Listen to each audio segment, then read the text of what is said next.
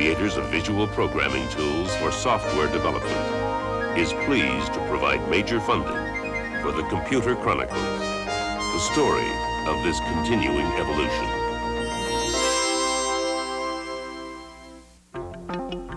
You're back there where you belong, back there on the grass. Welcome to the Computer Chronicles. I'm Stewart Cheifet, and this is Gary Kildall, whom I'm trying to beat in a game of Pong. Pay attention. Pong is the granddaddy of all computer games, and that's the subject of our program today, computer games. And Gary, computer games, in fact, were important, weren't they, in getting the whole personal computer thing going? Well, they certainly were a part of it. One of the unique aspects of a personal computer is that it often has bitmap color graphics, like the Apple II, for example. And that way you can do very dynamic things, games that you couldn't do, say, with a teletype style or scrolling display you would find in a larger computer system. This particular game obviously is a pretty old vintage, and they've gotten a lot more sophisticated since then, and we're going to see some of that today.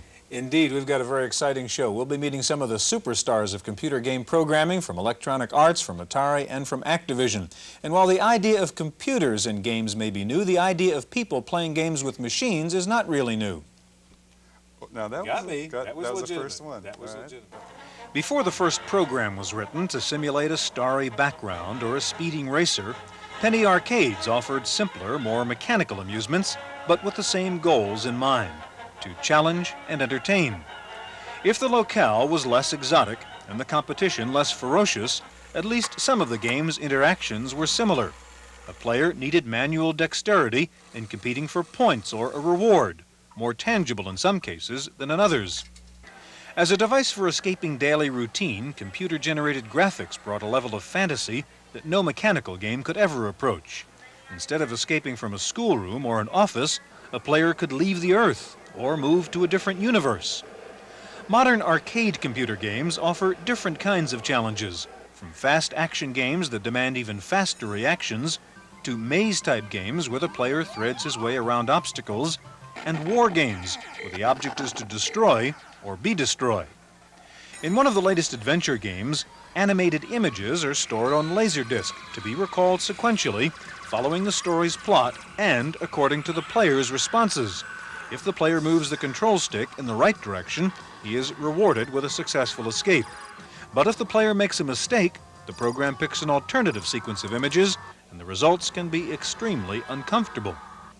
Whether used to create unknown worlds or to enhance the reality of familiar worlds, computer games succeed in an unlikely domain, transforming pinpoints of light on a little screen into a believable realm, larger than life, and usually more exciting.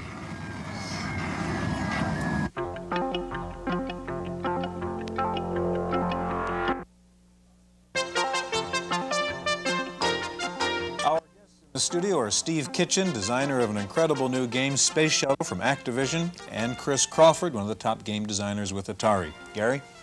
Steve and Chris, you both build computer-based games. Do you call yourselves designers or programmers? I call myself a designer because most of the sweat and blood I expend occurs in the design phase, not in the programming phase. I spend a great deal of time worrying about what my audience will experience in the game, and only towards the end of the project do I actually get down to writing any code. When you think about the design of the game, what are the elements of the game that make it interesting? Well, that has to do a great deal with what I'm trying to accomplish. I set a goal. I want a game to achieve a certain effect. I want to somehow communicate a message to my audience. That message then dictates the topic and the style of the game, the nature of the graphics, the feel. That's what the texture of the game that I'm trying to build into it. That's what I spend most of my time worrying about. Chris, you're talking more like a writer rather than a computer programmer. Steve, is that how you see what you do? That's basically what we are. We're writers. We're writing a book, a novel, creating a vicarious universe in this computer program. We have to model everything we want, put every small detail in. Very often, in my game, for instance, I had to do extensive research for a year and a half to understand my subject before I could distill the important aspects out and then put them into this cartridge. Like a writer would. Exactly like a writer would. When a writer writes a book, the book is a vicarious universe. You read it and become part of it. It's the same thing. When you play these games, these programs, you vicariously become part of the universe that the programmer puts into it. Okay, you've got Space Shuttle up here, and give us a demonstration of how this works. Well, this is an automatic demo flight we're going to fly. This is a complete Space Shuttle mission from launch to landing. This is actually themed after the STS-2 flight back in November of 1981. We're starting off now at Cape Kennedy in the morning. The clouds are rolling by, the sun is coming up, and we're doing our countdown now. Now at T-minus 4 seconds, we're going to turn our main engines on. You're going to see the thrust indicators at the top of the screen there moving along. There we go. At T plus 3 seconds, the solid rocket boosters are going to turn on, and we're going to go through the clouds and off the pad. And there we go.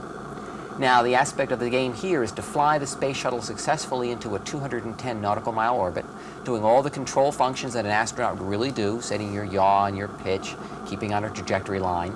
At 26.2 nautical miles, the solid rocket boosters will jettison off. Now, this is a very important point of accuracy, is there's a yellow flash.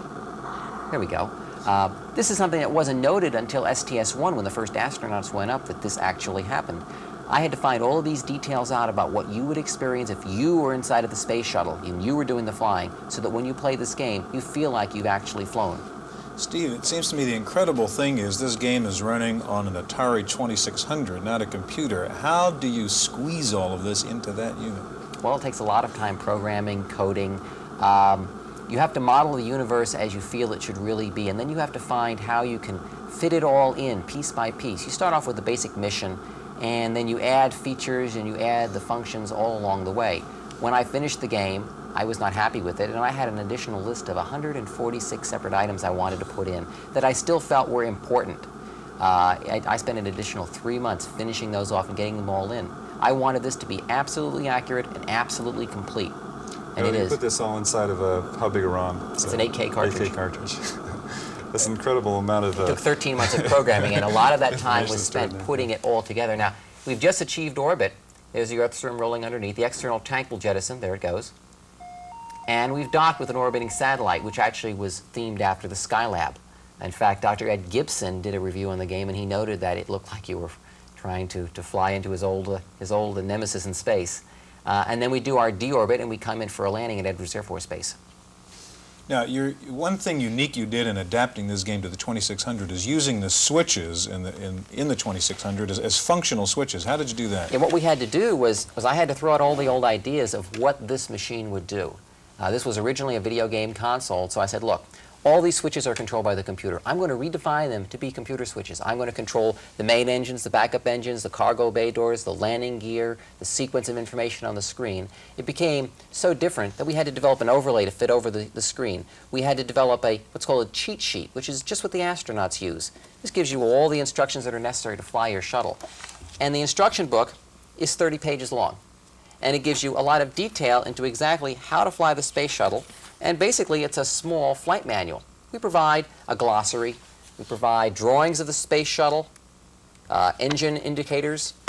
Here's a side view of the space shuttle that we provide. So really, you understand all about the space shuttle in order to fly this game accurately. You get a little pilot's license when you get through this? If you fly successfully, you receive a patch. And if you fly just as an astronaut would, you might get your wings. We're entering the Earth's atmosphere now, and you see we're getting the ionization cone that appears around the space shuttle. If you saw the movie The Right Stuff, you would see in the sequence with John Glenn, this is what the astronauts see in the window. This is hot ionized gas being superheated by the friction of the shuttle on the way in. We've even lost our signals. We've lost our altitude and speed information, and we've lost our computer screens. Steve, it seems piloting the space shuttle is very difficult to do, one would think. Can a kid or a normal person actually pull this off? Well, what I did when I designed this was I understood that problem. Having the average individual fly the space shuttle would take years of work. But I looked at how NASA trains its astronauts, and they start off, first of all, by giving them a lot of book exercises. They give them film strips of what it's like to fly the space shuttle. This is flight number 1. You're seeing essentially a film strip. You can pick up the joystick and take control at any time you want to, but you don't have to. There's a second flight called a training flight, and that basically is like flying in a simulator. You can make mistakes, you can make errors, and the computer will compensate, and it will let you know. And then flight 3 is the actual real thing. So you work your way up to flying the actual mission. You can get into it very easily, and then work your way up and finally try to achieve your wings. The interesting thing about this game, I think, is that it's an educational learning experience as well as vicariously educational. Right. You're not sitting there playing flashcards. You're learning about one of the most technologically advanced items today. There are the dual sonic booms that occur. The first one was the space shuttle. The second one was the chase planes. And we're coming in now at Edwards Air Force Base. When you get done mastering this game, you've effectively learned all about what an astronaut does when he's in orbit. So the next time you see a launch go off, you're going to know what he has to do, when he has to do it, and what he goes through. It's incredible. We need another minute or so before we land here. While we're waiting, Chris, let's talk about, your new game is called Excalibur. What is that about? Excalibur is a game of leadership. The concept, I wanted to express to people the ideas behind von Clausewitz's statement, war is the extension of policy to other means. That is, I was a little tired of war games that glorify war. So I wanted to show that war is something that sometimes cannot be avoided, but must never be entered into in a cavalier manner. And so really I was trying to teach concepts of leadership. And so in the game Excalibur, I make you as King Arthur. I give you the task of unifying Britain. Now, unification is entirely different from conquest. That is, you have to convince people of your authority. You have to convince them to follow you, and that involves more than merely brute force. Chris, we have a little bit of time left. Can you get Excalibur up on the screen and show us Yeah. just a piece of that? This is the title scene to Excalibur, and it's does nothing more than give the title and set a tone and show off who did it. Mm-hmm. And this was designed to run on the Atari 800, or? Yes, I've cut it off. This was designed for the 800 with 48K and a disk drive. It's a huge game. It actually won't fit on the 800. It requires disk swapping. And so you bring in whole chunks of game at a time. It's actually 66K of object code. Very, very large game, all written in assembly language. Okay, well, if you've played Raster Blaster or messed around with Pinball Construction Set, you've been manipulated by the mind of Bill Budge, one of the premier game designers. We'll meet Bill and the president of Electronic Arts in just a moment.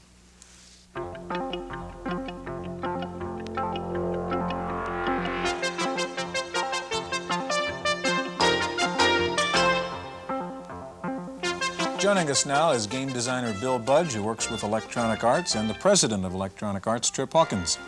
Bill, there's quite an array of games out here on the table.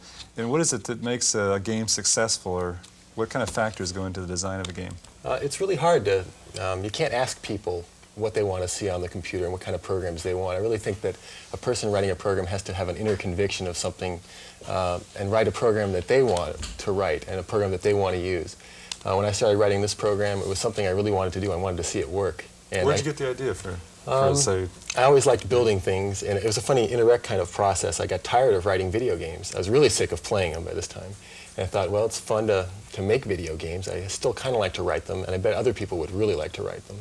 You're talking about the Pinball Construction Set. Right. And this is kind of a nice game because it actually involves you in the construction of the game itself. It's kind of like a metagame. Is the success of that been pretty good in the sense that, is there a special segment that you're selling to as far as the construction Well, set? when you start out, yeah, you're looking to the really avant-garde computer users. It takes a while for the message to get out there when everyone is still discovering Pac-Man and a program comes along that's telling them they can build video games. Well, it doesn't register at first, but it's got a slow growth that builds up, and finally now we're getting very good results. So the game kind of craze dies out. This stuff's taken off. Mm-hmm. Trip, on the business side, what do you look for a successful software game? Well, I think Pinball Construction Set has a lot of the things that you look for, and that's why it's now one of the top 10 sellers in the country, according to Billboard magazine. We have a philosophy of having products that are simple, hot, and deep. Simple so that you don't have to read a lot of instructions. Of course, most people don't want to have to learn how to operate the computer. They want to just do things with it right away. And Pinball Construction Set, you can immediately play one of the pinball games that are included, or you can quickly make up one of your own, and it's very simple to do that, as I think Bill will illustrate. We also like to have products that are hot in that they should fully use the sound and graphics and other capabilities of the machine. And we also look for programs that are deep. In the case of Pinball Construction Set, you can make your own pinball games, so it has a lot of creative possibilities and allows people to control what they're going to make and interact with it and change it. And that's one of the things that extends the life of the product and causes people to come back to it again and again. It'd be kind of fun to take a look at this. I'm dying. Dying to say. Go ahead, Bill. Okay, well, you know, this is a very simple sort of real-world idea. It's a construction set. You have something that you're building on this side of the screen and a set of parts over here. And I have a hand here that I control with the joystick, and I use that to move things around, say, on the board, the game I'm building. I can modify this game. And I can get parts out of the box, and I can just add them over. So they're kind of bumpers you're putting into your game. I'm just putting bumpers, yeah. This is a favorite of really young kids. They like to just grab a whole bunch of bumpers, fill the board up with them, and put a ball on there. A pinball aficionado would gasp, but little kids don't really build pinball machines. They just sort of build things with this. And I can get a ball and put that over here. Then if I want to try out the game, I can just push this menu selection right here, and the game starts to play. Now, you can see I've got two balls, one up there. I can launch this one, and I can go out and play the game a little bit, and the balls drop down at the bottom eventually. But before I would let that happen, I'll just go back to the parts box and start editing again, get rid of some of these. Bill, this was kind of a new level, I suppose, of computer game where you really can design the game yourself. What, if you can tell us, what are you working on now? What would be the next step in computer games? I want to extend the idea of a construction set. I think this one was hard to do when I started, and because there are lots of combinations and things you can't really predict when you're making a kit to make a meta game, as you said. I'd like to extend the idea even further, and the problem there is then designing the parts box. In pinball, it's a small set of parts. You don't really have to worry about thinking up abstractions. In a general construction set, it's not clear what the parts should be. It's almost like you're inventing a new language for representing specifications for programs. It gets very difficult computer science problems. Trip, at the arcade level, we hear that maybe, you know, games sort of peaked and people aren't quite as interested. Are computer games here to stay, or is it a fad? I think computer games are fundamentally different from video games, mainly because computer technology in the home can be extended and become a much broader base of technology. Just as an example, all of these programs that we're talking about here, they come on floppy disks, and each one of these holds much more memory than can be held in the memory of a coin-operated arcade game. And it really is, it becomes a question of the program size when you finally want to know how good a program can I have and how much can I do with it and how long will it take before I'm bored with it or I've exhausted the educational value. And I can get, something like 3 or 4 times more program on here than I can fit into the memory of a coin-operated game. Okay, you've got one-on-one there. Maybe we can get it loaded. Well, I think, Gary, you had a question. Well, the only thing I was going to mention is it seems like the games have gone from relatively unsophisticated games to something that requires a lot of sophistication in terms of programming, and the memory size is really an important thing, important aspect of that. Yeah, it's hard to very really much put so. that back into 8K. Has that been the difference really in the, the early computer games, pretty limited now, the incredible graphics and speed? Has it really been a function of the available memory? Part of it is just programmers getting better, I think. Not many people wrote video games 5 years ago. There was a small selection. Now there are thousands of people who are capable of writing a good video game. And a few people have upped the ante, so it's not enough maybe to write a video game. You have to write a video game plus a game editor. I think the more popular games really have these extra features built in. Can we get one-on-one in there? That's a kind of exciting demonstration of what you can do. And I think, Trip, you're going to take on either Dr. J or Larry Bird here. Is that right? Tell us about one-on-one. Well, the basic idea of one-on-one was to get these two guys, Julie serving Larry Bird, who are probably the 2 best-known basketball players and probably the 2 best forwards that have ever played the game, and to capture their personalities in the game. And so we decided to hire them to help us design the game, and we had photo sessions where we took pictures of them in action. In fact, we had a camera mounted at mid-court just exactly from this angle while we photographed them. And then we worked with them on prototypes of the product where we'd sit down and talk to them about the moves that they would use and some of the strategies and the shooting percentages that they would have in different places on the court. And that was a fascinating learning experience. But you say programmed in the personality. I mean, these characters play like Larry Bird would. Very much so. In fact, why don't I go ahead and get Go ahead, started. yeah. Right now they're playing against one another in a demonstration game, but if I press the button on my joystick, it'll take me to a menu and I can quickly make a selection. I want to play against the computer. I'm going to allow the computer to play Larry Bird. And I'm going to play at the varsity level. There are different levels depending on how good a player I am. And now I go ahead and start the game. And that's Larry Bird taking an outside shot, and he hit it. Now, Bird is particularly effective at outside shots. But watch Julius now. I'm going to be able to drive around him, I hope. Oops, he stole the Okay, ball now from me. you're Larry Bird now. No, I'm Dr. J. You're and Dr. unfortunately, I J, let and Bird the steal the ball. computer's Larry, okay. He's trying to work his way into the basket. So he's got a quick 4-0 lead over me.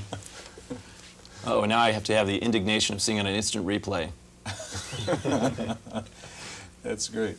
Where do you think, Trip, the software games are going to next? I mean, what's the next generation of this kind of stuff? I hate to interrupt you, trying to get back on Well, I had to have a slam dunk there.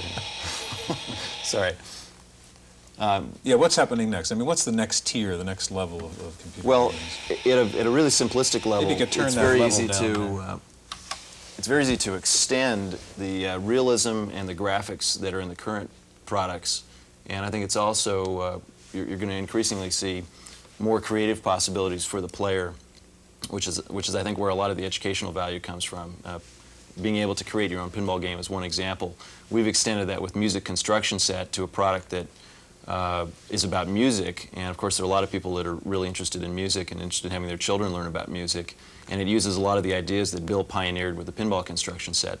And I think that the area where the greatest challenges will come is in looking for original ideas and new creative ways to break the mold. I mean, a lot of people look at what other people have done and try to do something that's a spin-off from that, but the really creative geniuses in the industry are capable of coming up with something completely new. Do they just come to you, they say, we've got an idea and here's a program I've written, and then you turn around and sell it?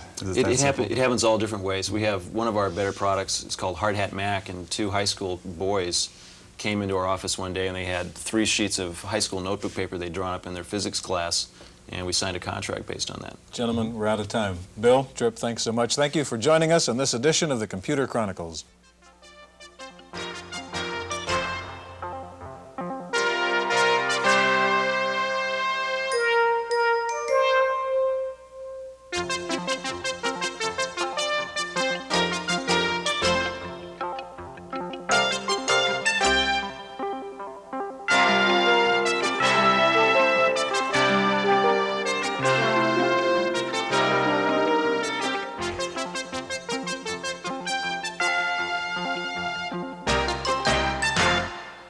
Microfocus, creators of visual programming tools for software development, is pleased to provide major funding for the Computer Chronicles, the story of this continuing evolution.